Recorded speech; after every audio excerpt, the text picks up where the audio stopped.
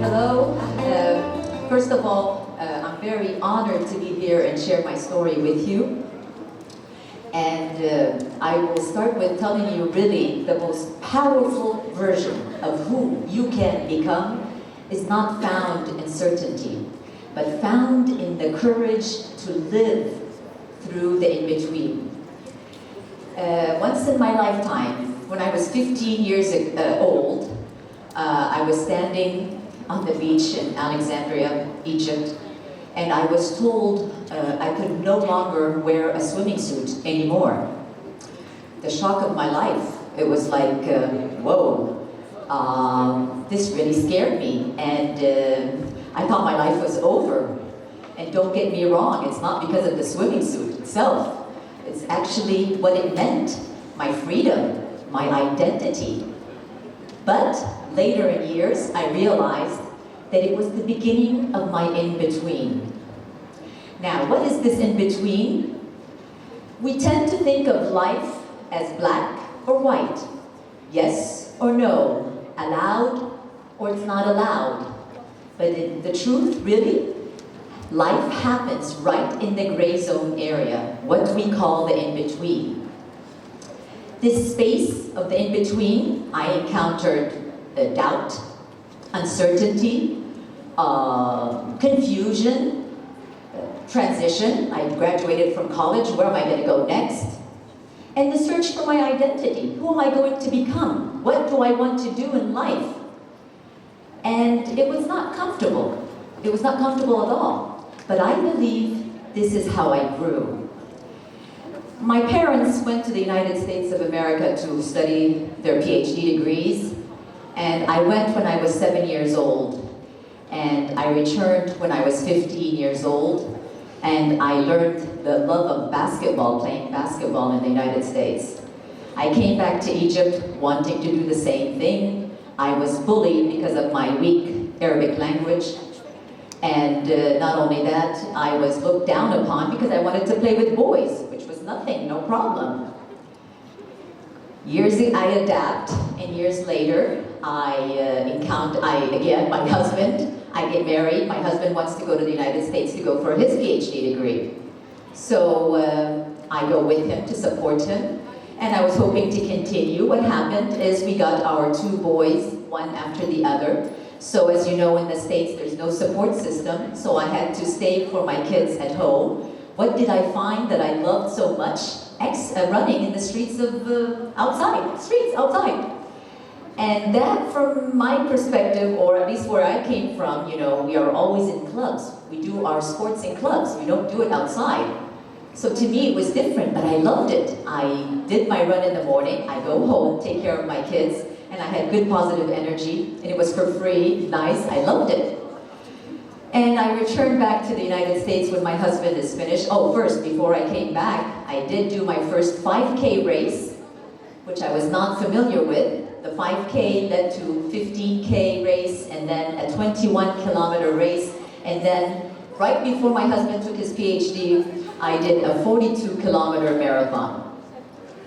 I returned home to Egypt, and this time permanently. We're staying in Egypt. And what happens is I get this massive culture shock that nobody runs in the streets of Egypt. I'm talking about the 90s now. This is not recently. So I questioned myself. Can I pursue what I love? Can I do this also on my own? Will it be okay? And my voice inside me, the voice inside me said, why not? Why not? And it was the spark of my life, really. So now the in-between did not go away, it's still there. But I learned a lot through it and adapted to what I found. What did I find, or what did I encounter? Obstacles, of course.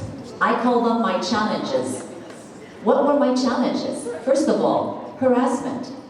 When I was running in the streets, I would say, "Hey, tita, go back home where you belong." Well, yes, it hurt a little bit, but it's okay. And then social judgment. At the age of 47, when I learned how to ride a bike, they were like, you're such a fine lady with, or a mother on 47 years old on a bike in the streets of Cairo. Why not? Also, people insisting on telling me what to do and what not to do. And the dual challenge of being a mother and training in the morning, training at noon, training at night. But the most challenging of all was being a woman running in the streets of Cairo at 5:30 a.m. in the morning. I had to worry about my safety, security, and this was a big challenge for me. But it did not stop me. And I continued, and wham, at the age of 50, and yes, it's not too late, at the age of 50, I became Egypt's first Egyptian mother to finish a full Ironman race. Now, what's a full Ironman race? What's a full Ironman race? I have to ride a full Ironman race. You go into the sea and you swim in open water for 4 kilometers. This is like going into an Olympic swimming pool and swimming 80 laps. And then after the swim, I go into cycling gear and I go for my cycling and I cycle for 180 kilometers. And this is like going from here to Alexandria. And then after I finish the cycling, I go into a full marathon, 42 kilometers, like running from here to Tahrir and come back, all right? So this is, so you know what the full Ironman race is about.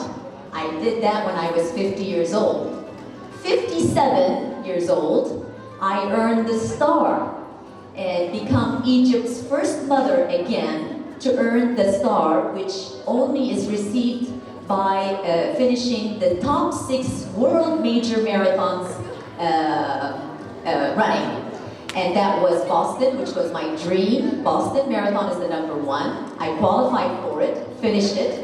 It encouraged me for the next one. I did Berlin. After Berlin, I went to Chicago, finished Chicago Marathon. After Chicago Marathon, I went to London, finished London Marathon, then did New York.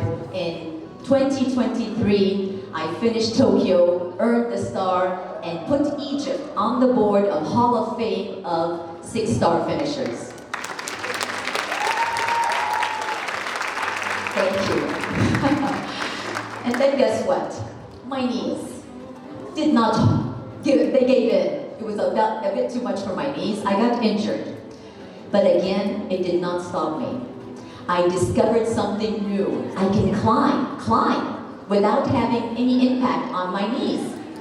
And so at the age of 58, I climbed Kilimanjaro, which is the highest peak in Africa. At the age of 59, I climbed Toubkal in Morocco, which is the highest peak in the northern part of Africa. And in a few more hours, I'll be traveling to Peru to climb Machu Picchu, turning 60 this year. So again, like I said, it's not too late. Wow, yes, when I feel these achievements, it really makes me proud. But again, I have to tell you, it was not about reaching the finish line. It was about creating new ones, discovering more of myself. And what is it that was closest to my heart is discovering my purpose. I found that I was able to inspire so many women just to follow what I'm doing. I found that I was able to see people's lives or health, spirit and soul uplifted just because of what I do. So when I really think about it, you know, I already reached my dreams. What makes me move on is the impact I am leaving. Even if it reaches 1 in a million, it will make a difference. I saw it, all right? Now, remember, I am not an Olympian. I never broke records. I'm a simple, ordinary, normal woman who loved doing what she's doing. That's all I did. And it left an impact, and I'm proud to say it will leave for my kids and for my grandkids. So, the in-between space is not a place to fear. It's really a place to build yourself. This is how I found it. This is how I got stronger. Now, I won't tell you that it has no failures or mistakes. This is where we learn from. My first attempt to try a half Ironman, not even a full, a half Ironman, I failed. I didn't make it to the finish line. I got disqualified because I came 1 minute late from my cycling after I found a mountain that I had to climb. And of course, in Egypt, we don't have mountains, in Cairo at least. So when I returned back, it was a disappointment. Yes, I cried and I felt bad. And lots of people kept telling me, we told you so. We told you so. This is not you. This is not your age. This is not your dream. This really got to me. I'm like, why not? Why can I not reach that? Why can I not finish a half Ironman? And so I trained really hard when I came back from Egypt, or I came back from Barcelona, that's where the race was. And I went to learn how to climb Jabal Sala fi Sina. And when I did that and succeeded, the next year I finished the half Ironman that I failed. Not only that, 5 months later, I did the full Ironman when I turned 50. So, don't fear the in-between. Let it build you. Discover your capabilities. Don't doubt yourself. Really, because you will find something in you that will, and hopefully you will make the best out of it. So this 50-year-old girl, okay, who thought her life was over, I am now standing right here in front of you, telling you who this woman has become, who this mother has become, who this grandmother, I am a proud grandmother of 4 grandkids, has become, and the Egyptian iron woman that I have become. One piece of advice before I leave that I would like to give especially, mainly, to all the young women here that I see in front of me who will become mothers or become wives or become something of themselves. Please do not feel guilty for doing something for yourself. Because I felt when I did something for myself, it reflected on my husband, on my kids, on the society around me. Because if you do something for yourself, you'll be able to give to others. If you don't do it for yourself, you're going to be miserable. I'm telling you from now. So I leave you with this message, the powerful question that you can ask yourself. Why not? Go for it, because it's that question that made or allowed me to conquer the physical, the mental, and the cultural obstacles I faced. And I wish you all a good luck. Thank you.